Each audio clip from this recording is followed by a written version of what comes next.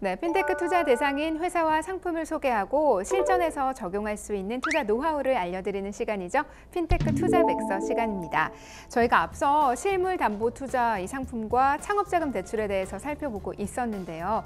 오늘 투자 백서에서는 또 어떤 정보들을 가지고 오셨을까요? 네, 이번에는 혁신금융과 그리고 포용금융의 시간입니다. 그 실전에서 적용할 수 있는 투자 팁을 위한 시간이 아닌가 하는 의문이 들 수 있어요. 근데 이 시간을 마련한 데는 이유가 있죠. 어떤 이유인가요? 지금 P2P 법 관련 시행이 이제 대대적으로 8월 달에 이뤄질 예정이에요. 네. 근데 이제 핀테크 산업에 좋은 소식도 있고 이제 나쁜 소식도 있고 요런 저런 다양한 이슈가 있어요. 그래서 어떻게 보면 시청자분들이 이런 상황에서 내가 P2P 투자를 어떻게 하냐? 약간 요런 생각이 들 수 있단 말이죠. 그래서 약간 고민 해결 같이 금융 소비자를 위한 어떤 환경이 조성되어 있는지 저희가 말씀을 드리고자 이번 투자 백서에서는 금융 당국이 추구하는 혁신금융과 포용금융에 대한 시간을 준비하게 됐습니다. 네, 혁신금융과 포용금융에 대해서 저희가 한번 살펴볼 텐데요. 앞으로 8월에 P2P 관련 법이 시행이 되면서 여러 가지가 많이 바뀌고 또 좋아지기도 할 겁니다. 우리가 그 전에 어떤 금융시장이 형성되어 있는지를 먼저 짚고 넘어간다. 기본기를 좀 다지고 넘어간다. 이렇게 생각하시면 좋을 것 같습니다. 그럼 먼저 혁신금융, 포용금융이란 도대체 뭔가요? 그러니까 그 금융이라는 게 사실 좀 어렵게 다가온단 말이에요. 네, 그렇죠. 근데 혁신금융이랑 포용금융이 약간 그래서 이미 단어에서 다 답이 나와 있어요.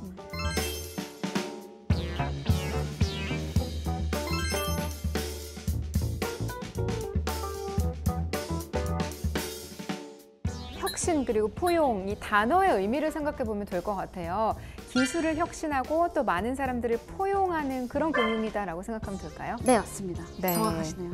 저는 사실 이번에 혁신금융, 포용금융 처음 들어봤는데요. 이 단어의 조합이 조금 생소하기도 하고 어떻게 보면 조금 감성적이라는 느낌도 들고요. 혁신금융에 대해서 사람들은 어떻게 인식하고 있을까요?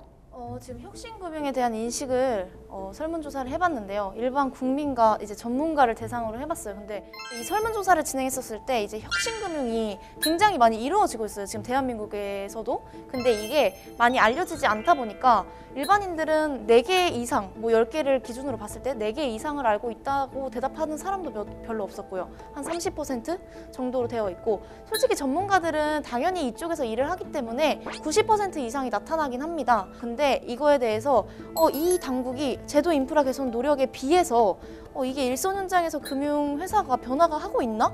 이런 식으로 인식을 하게 되는 거죠. 되게 부정적으로. 둘 다 이제 일반인이라던가 전문가라던가 둘 다 잘 되고 있는지를 잘 모르는 거죠. 취지가 굉장히 좋은데 인식이 부정적이라는 게 굉장히 안타깝네요. 뭐 기술 혁신하고 많은 사람들 포용하겠다라는 취지는 사실 반대할 사람이 없을 것 같거든요. 대리님께서 이미 우리가 사용하고 있다 이렇게 말씀하셨는데 네. 저는 이 단어 처음 들어봤다고 했잖아요. 네. 아마 저 같은 사람 많을 것 같아요. 네. 실제로 국내에서 어떻게 이용하고 있나요? 네, 국내에서는 많은 분야가 있는데 그중에 제가 2가지만 말씀을 드릴 거예요. 왜냐하면은 주나펀드는 플랫폼 P2P 기업이고 네. 송금 결제에 전문하는 기업이니까요. 네, 각설하고 플랫폼 분야에서는 그 머니랩스라는 기업에서 개발한 브로콜리라는 서비스를 예를 들 수 있어요. 이 시스템은 여러 금융기관에 흩어진 이제 금융 자산 정보를 한 곳에 모아서 관리합니다. 그래서 이를 통해서 이용자 본인의 자금 흐름을 한눈에 파악하고 적절한 금융 상품도 쉽게 알아볼 수 있다는 건데요. 지금 이제 슬슬 우리가 접할 수 있는 단어로 오픈뱅킹이라고 있어요. 그러니까요. 저도 그 말씀 듣는데 딱 오픈뱅킹이 네, 떠오르더라고요. 정확해요. 이게 바로 혁신금융인가요? 그렇죠. 네. 그게 바로 혁신금융이에요. 그 2번째, 송금결제 분야에서 말씀을 드리자면 핀테크의 가장 대표적인 사례이자 이제 송금결제 분야인 간편결제 시스템이에요. 이용이 간편하고 그리고 수수료가 저렴한 지급결제 서비스를 제공할 수 있다는 거죠. 그래서 뭐 현금이나 실물카드가 필요 없어서 무선 단말기 시스템을 이용한 결제 방법이에요. 그래서 예를 들어서 뭐 삼성페이, 네이버페이, 카카오페이, 토스 등이 대표적인데 결제 과정에서 편리성을 높여주고 이용자들을 모으고 그 그 이용자들을 결제 시스템에 필요한 사업자에게 연결시켜주는 거예요. 정말 말씀하신 것처럼 우리 생활에 아주 가까이 들어와 있네요. 요즘 간편 결제 안 하시는 분 없으실 것 같고 공인 인증서로 송금 잘 안 하잖아요. 이제 정말 간편하게 뭐 메신저 친구이기만 해도 보낼 수가 있고 하잖아요. 지금 말씀을 들으면서 생각이 났는데 예전에 진짜 어떻게 보냈는지 모르겠어요. 그러니까 절대 못 살아요, 다시 공인인증서 돌아가려면. 다 찾고 그러니까 예전에는 사실 뭐 같이 친구들이랑 뭐 먹으면 현금 꺼내서 내고 이랬던 기억이 더 많잖아요, 저희가. 근데 이제는 정말 그런 경우가 거의 없다고 봐야 되죠. 바로 누군가 결제하고 송금하거나 그게 바로바로 현장에서 이루어지니까 네. 어떻게 생각하면 저는 혁신금융 되게 우리와 가까이 와 있는 것 같은데요? 친구예요, 맞아요. 친구. 네, 해외에서는 어떤가요? 해외에서는 굉장히 많은 사례가 나타나고 있는데 제가 두 가지만 추려서 말씀드릴게요. 영국 바클레이의 계좌 종합 정보 플랫폼이 있는데요. 네. 아주 쉽게 예를 들어보면 명진은행이 있고 지연은행이 있고 소라은행이 있어요. 근데 이 상황에서 명진은행의 어플리케이션을 깔면 소라은행과 지연은행에 있는 그 현황까지 한눈에 파악을 할 수 있는 거예요. 이것도 바로 오픈뱅킹 아닌가요? 그쵸. 이건 네. 오픈뱅킹에 대한 아주 대표적인 사례고요. 지연은행과 소라은행을 이 명진은행에서 금융거래는 불가하지만 하나의 개인 자산 관리에는 활용이 가능한 거죠. 그래서 이 오픈뱅킹 활성화되면서 이 은행 자체의 뭔가 이런 벽이라던가 이 경계가 소멸되고 있다라는 것을 진짜 볼 수 있는 아주 큰 예시라고 생각을 하고요. 다음에는 스페인의 이름도 어려운 BBVA인데요. 핀테크 기업이 이제 새로운 지급결제 서비스를 이제 어플리케이션 개발할 수 있도록 이 은행에서 DB를 주는 겁니다. 네. 그래서 이제 플랫폼에서 API를 제공을 하면서 핀테크 기업과 이제 협업을 확대를 하고 다양한 컨텐츠를 갖춘 이제 금융 플랫폼으로 진화를 모색하고 있습니다. 그래서 이 두 가지 예시를 보시면은 결과적으로 이런 오픈 뱅킹은 은행의 방대한 데이터 그리고 핀테크 기업의 기술력 이게 이제 결합적으로 합쳐져서 고객의 니즈를 반영한 맞춤형 금융 서비스 제품이 용이하게 개발이 되고요. 금융회사가 여기서 오픈뱅킹 정책에 적극적으로 대응을 하고 혁신적인 생태계를 조성한다면 다양한 채널을 통해서 이제 고객 기반을 확대할 수 있는 기회를 증대할 수 있다고 생각하고 있습니다. 데이터와 기술을 결합해서 어떤 상품을 내놓는다는 건데 그러면 앞으로 나올 수 있는 플랫폼이나 상품들이 정말 상상 이상일 거라는 그런 생각이 듭니다. 영국과 스페인의 사례를 저희가 살펴봤는데요. 우리나라와 사실 크게 다르지 않다는 생각이 들어요. 지금 전 세계적으로 금융의 트렌드는 벽을 허물고, 그러니까 오픈뱅킹이죠. 은행 간의 벽을 허물고 또 이용자들에게는 비용을 절감시켜주고 시간을 단축시켜주는 게 전 세계적인 트렌드다라는 생각이 드는데 맞나요? 아, 수제자가 여기 있어요. 대표님 수제자 대표님이 당연히. 수제자잖아요. 제가 이특기 인정해야 대표님의 돼. 수제자인데 네, 인정해야 돼.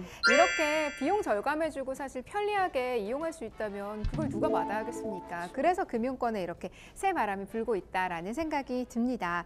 그럼 혁신금융과 포용금융 앞으로 얼마나 더 발전할 가능성이 있을까요? 네, 금융당국은 지금 2020년 목표로 이제 핀테크뿐만 아니라 다양한 금융 분야에서 기업, 자영업자, 금융 소비자를 위한 혁신 포용 금융을 계획하고 있다고 밝혔어요. 그 목표로 밝힌 것 중에 이제 기업, 자영업자를 위한 몇 가지 계획을 소개해드리자면 핀테크 혁신 편드에는 이제 3천억 원을 지원을 하고 동산담보에는 이제 기존에 1조만 지원했던 거를 6조 원으로 지원을 늘린다고 했어요.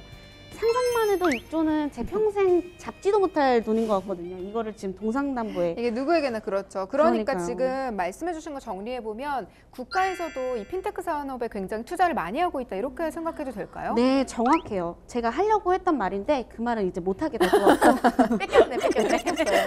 뭐 이런 같은 뭐 이런 계획을 통해서 경제에 활력을 불어넣고 그리고 국민에게 힘이 되는 금융 환경을 조성할 거라고 발표했으면서 또 떠오르는 핀테크 산업을 통해서 이제 신규 기업이 진입하고 뭐 이를 통해서 일자리가 창출되는 뭐 이런 좋은 양상의 이제 그런 모습을 보면서 경제적인 번영을 촉진할 수 있는 그런 열쇠가 혁신과 그리고 포용 금융이 아닐까 하는 생각이 드네요. 네. 네, 이렇게 토스처럼 사람들의 니즈를 고객으로 있는 핀테크 기업이 굉장히 많아지고 있잖아요. 근데 금융의 혁신뿐만 아니라 이제 관련 P2P, 우리처럼 P2P도 빠르게 성장해서 이제 경제를 좀 이끌 수 있는 날이 얼른 왔으면 좋겠습니다. 그래서 이에 발맞춰서 우리 주나펀드도 역시 혁신적이고 포용적인 금융 상품을 많이 만들 테니까 기대 많이 해주세요.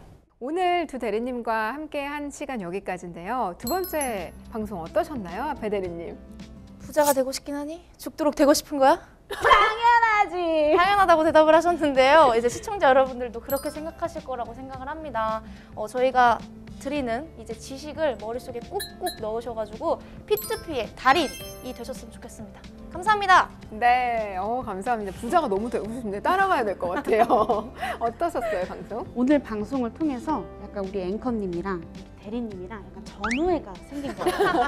그러니까 우리가 어떻게든 이 핀테크에 대한 정보를 우리 동년배들에게 잘 전하겠다.